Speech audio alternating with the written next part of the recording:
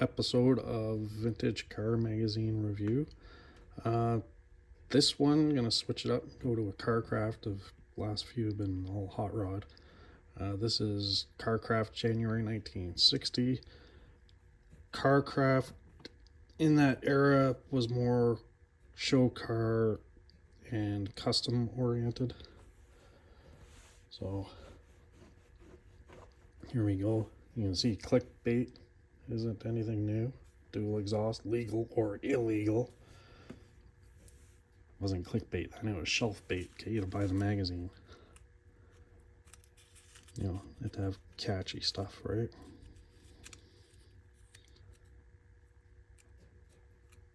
And open gas fuel class quarter midget engines.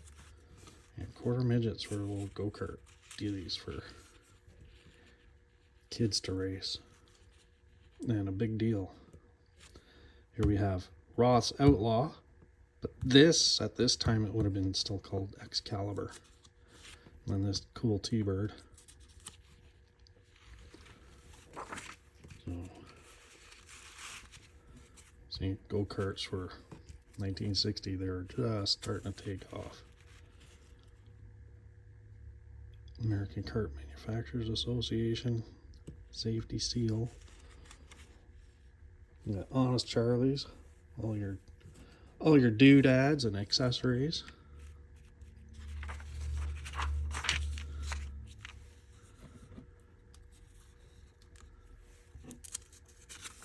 Yeah, so Excalibur, saucy T-style roadster built from fiberglass. It's futuristic.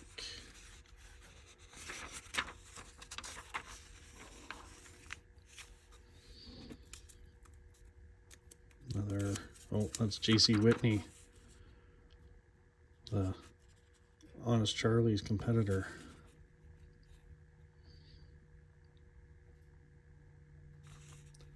Huga horns, striping decals, exhaust cutouts, cable operated,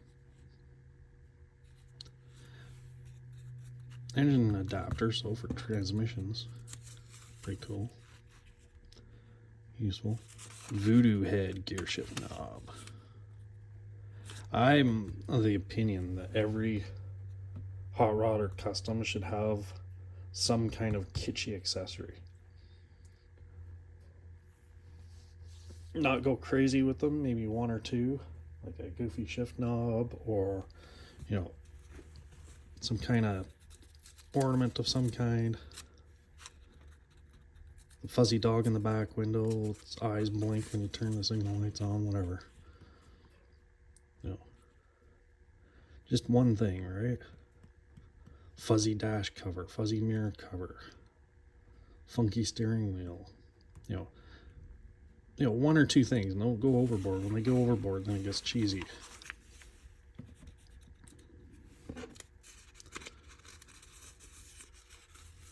A little gauge panel, almost like a diamond pattern. I gotta figure something out for the dash for the T. Yeah, look at the sheet metal supplier. See if I can't layer something stainless with some kind of mesh or something. Do something funky. I gotta do some kind of funky stainless mesh for the grill and the grill shell in front of the rad. Letters. This cool fat Ford, 47 Ford sedan, customized. The Lincoln taillights in the back. Bit of an odd placement. Each to your own.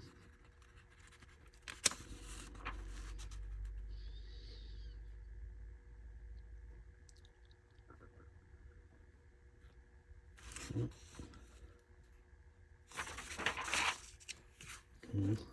Oh.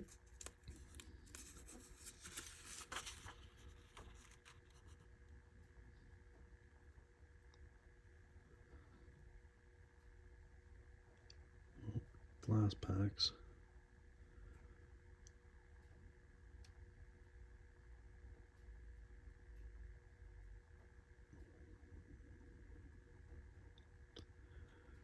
How loud is legal?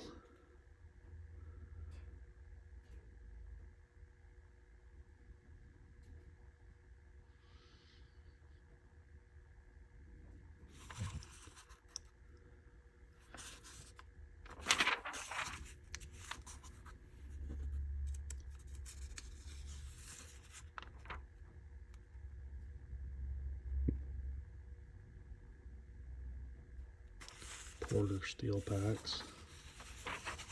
The burble. Fenton glass packs. Sunnies. Mitchell's.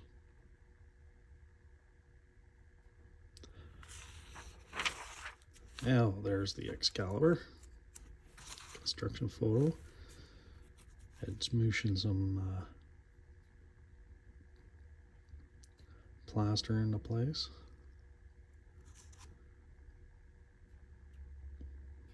It's a really cool concept. He built it off a Dodge cowl, I believe.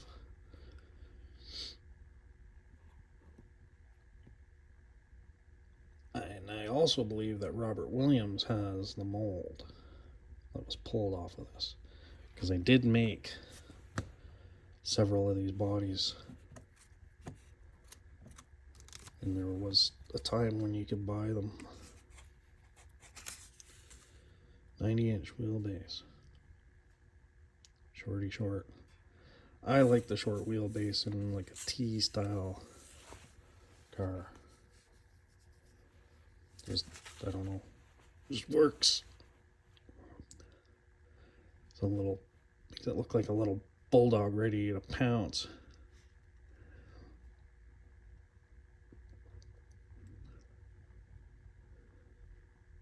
Yeah, this top didn't last long apparently. Made it out of aluminum. Heard it blew off while they're towing it to a show or some such thing. It broke or something. They just said, ah, forget it. Not worth fixing it. Personally, I like it without the top. The top's kind of goofy. I don't know if there's some weird show rule that if you had a top, I don't know. Or you got points for having a top on it. Makes no sense. When you look at it, you can see, I don't know, even here you can see how it does it. It was like a clamshell flip open and didn't really line up that great. Not picking on the car, picking on the top. Probably just a bad idea, and probably why he didn't put it back on when it got damaged. 37 Ford V860 front axle. Kind of a rare find now. Real clean looking axle though.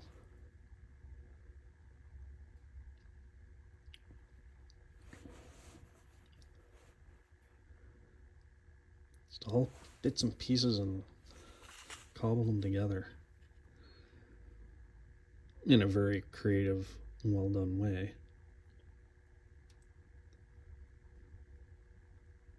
Yeah, built to sell. Yeah, see, they were selling the bodies for $230. Windshield is from a 22 Dodge. Yeah, so they're using a Dodge cowl windshield. It's pearl turquoise and silver scallops. 59 Rambler headlights. That grill is 59 Chev. A DKW radiator. They were a little East German two-stroke thing. Yeah, 25T cross member. The probably rear one for the rear spring. 37 Ford front axle, 37 Ford spindles, 41 Ford steering gear. Mounted on its side. Oh yeah. Yeah, because 41 would have been cross steer.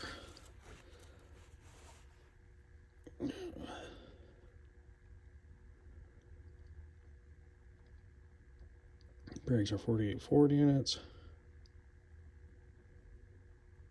Money in the rod, $800. Yeah, not including his time, hours and hours. Oh, yes. Drawer knob grills. These were big for a while. Even now, they're pricey to build. You know, a couple hundred knobs or 100 knobs. Paying a couple bucks a knob. Your expanded steel.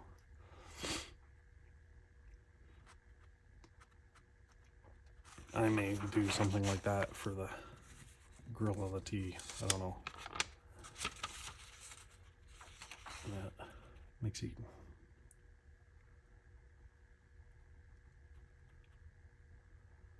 Oh, but the big one, Challenger 1.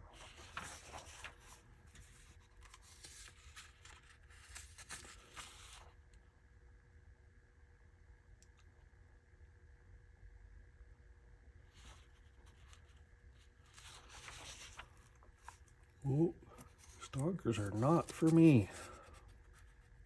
Nice mild custom 57.4.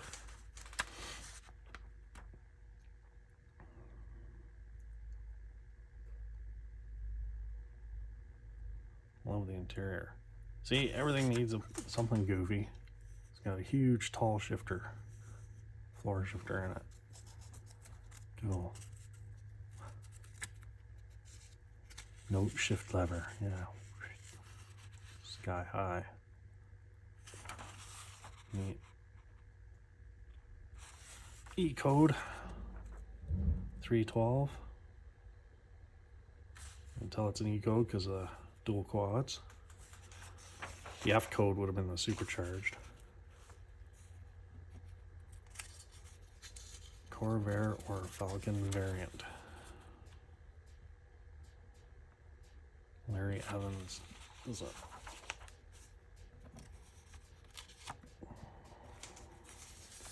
I don't know, I think Compact Customs, I think that one was a Dodge Dart or Valiant. Yeah, Valiant.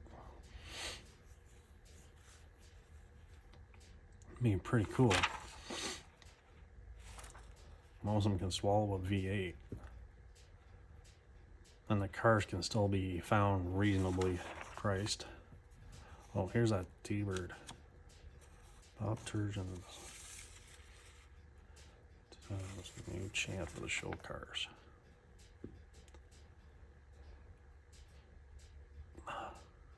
I've always wanted a baby bird, and I'd want a custom one.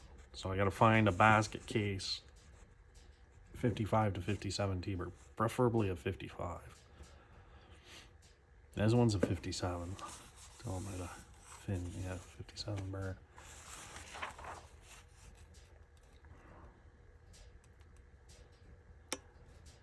He's so cool.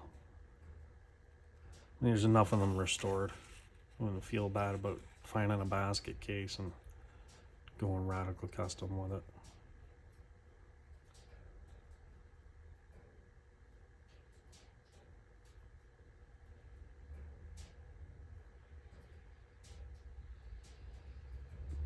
Bob Turgeon's Candy Apple, Thunderbird, Starboard. Oh, was this the one that I think this got a bubble top later?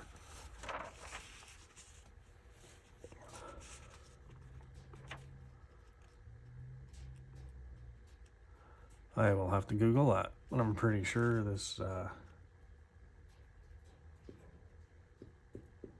Yeah, I think this one got the bubble top later on.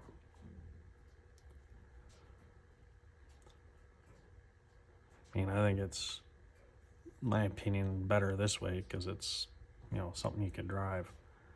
You wouldn't want to go 2 blocks on bubble top car on a sunny day. Like cooked. You're like one of those chickens you get at the grocery store in a little bubble.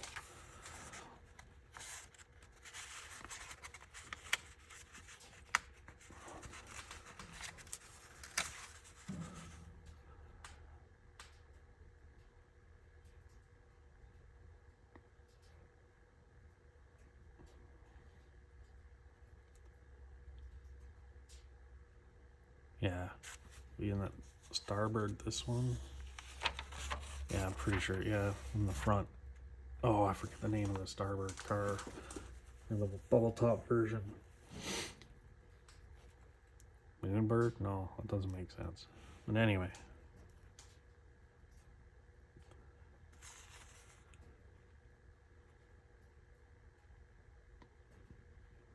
This is cool. I like the little chrome roll bar. This thing's rad. I'm not usually a fan of wide whites and chrome reverse, but it works on this car with the spider caps.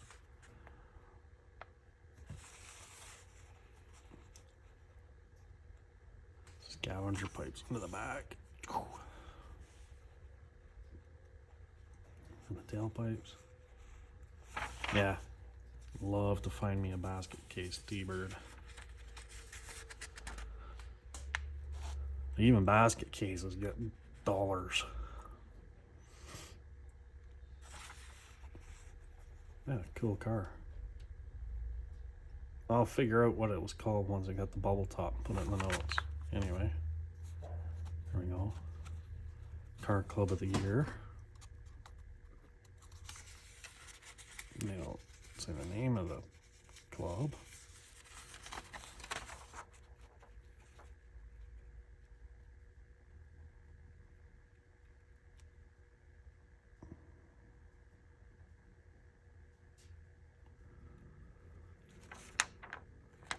Some cool customs.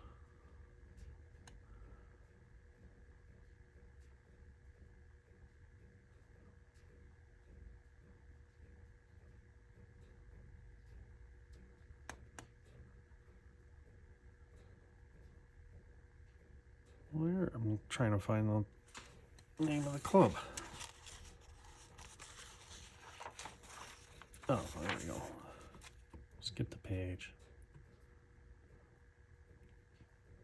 See, I love this style of custom.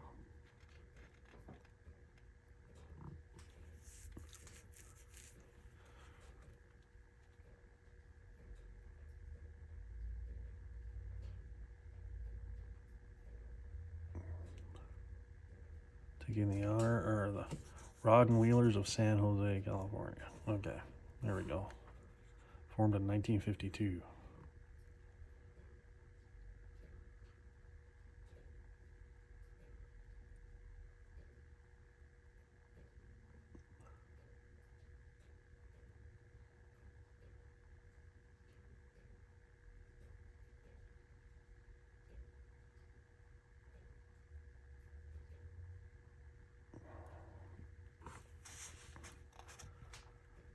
Yeah, some real cool cars in this club.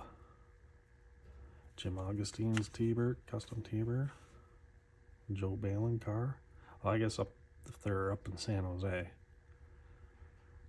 I would have been their guy in that area, especially if you wanted candy paint. He was the guy doing it. Channel Deuce. Nice Ford.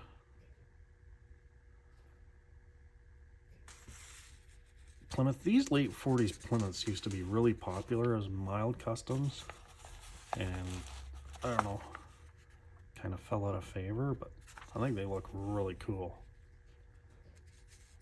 Doesn't take much. Lower them, nose them, deck them, shave them. Get rid of that flathead 6 if you want to be able to at least pass the Toyota Corolla.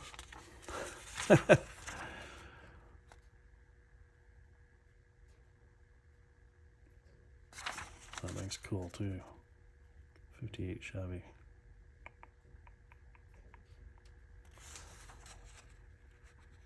Tri-5s make such good mild customs. 56, 58s. Studebaker's friggin' rad. In progress. Souls is in progress. That's cool.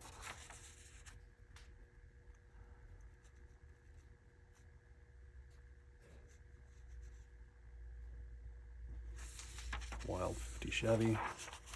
Cool stuff. Oh, 35 extra horsepower.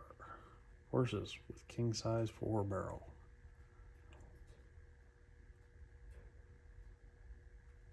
Large Oldsmobile 4-barrel carburetor.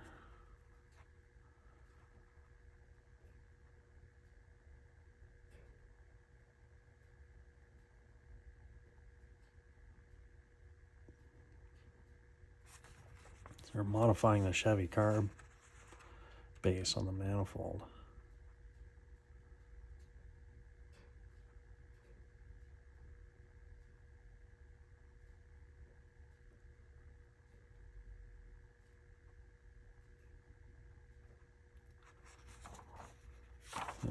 Cool. I know you could get multiple 2-barrel intakes for the Chevy. This was 1960, so yeah, by then, but big 4-barrels were starting to come in vogue. Mainly because of manufacturers like Oldsmobile and Mercury and stuff were putting factory ones on their bigger engines. As the factory engines started getting bigger, and the simplicity of a single 4-barrel carb and cost. I mean, Cadillacs had 3.2s, Oldsmobile had 3.2s available. T-Birds and Mercs had the dual quads. A big single 4-barrel was just cheaper for the factory to build. They were building one piece instead of two. This is a cool little pickup, roadster pickup. Bigot, filled cowl, filled grill shell. Nifty 28 roadster pickup. Oh, quarter midgets.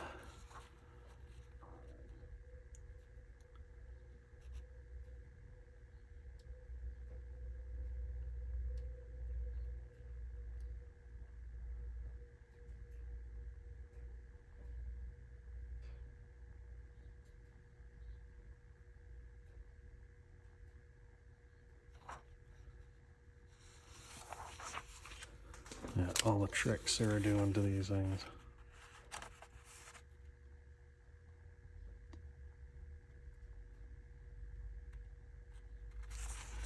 This old side valve.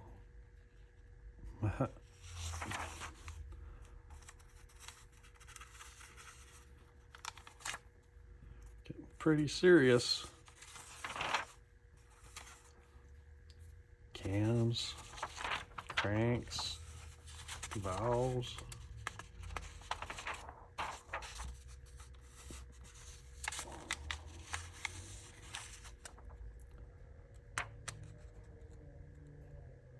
Our engine half midget, a bigger midget.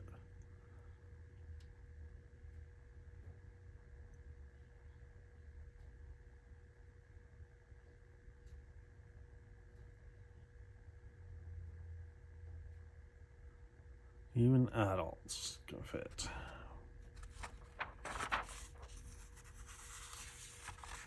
HD dragster.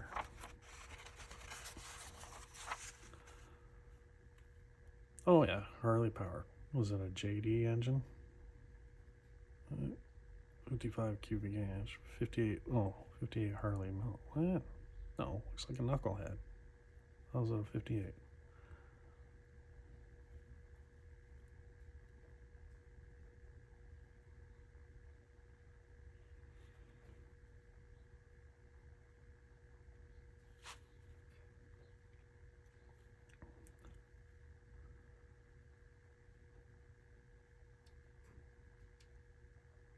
Oh. Okay. It's like KR motor. Oh, maybe. Odd. Interesting. They had a class for everything. Man, these midgets were a big deal. See? And go-karts. It was taken off. It was a reasonable way for a family to get into racing, father and son, whether it's quarter midgets or go-karts or 150 bucks is not peanuts back then, but wasn't unreasonable.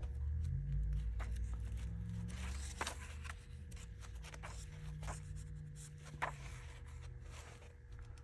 gotta say, I think my favorite out of this is this car here, La Pearl. It was before it got the bubble top. Built to win. That's cool. I'll have to imagine cruising around in something like that. It'd be, even now, it'd be a mind blower.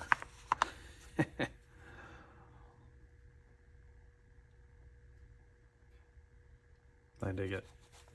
Oh well, that's it. That's January 1960 Carcraft. With Starburst La Pearl. It became candy blue with a bubble top.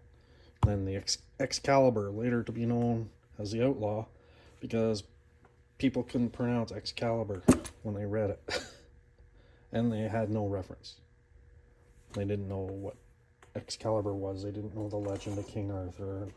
That type of thing wasn't made popular yet through movies or pop culture or anything. So they had no idea. So he changed the name to Outlaw. Because people will be saying, Excalibur, what the heck is that? So became known as the Outlaw. Very cool. Thanks for watching, and we'll see you next time.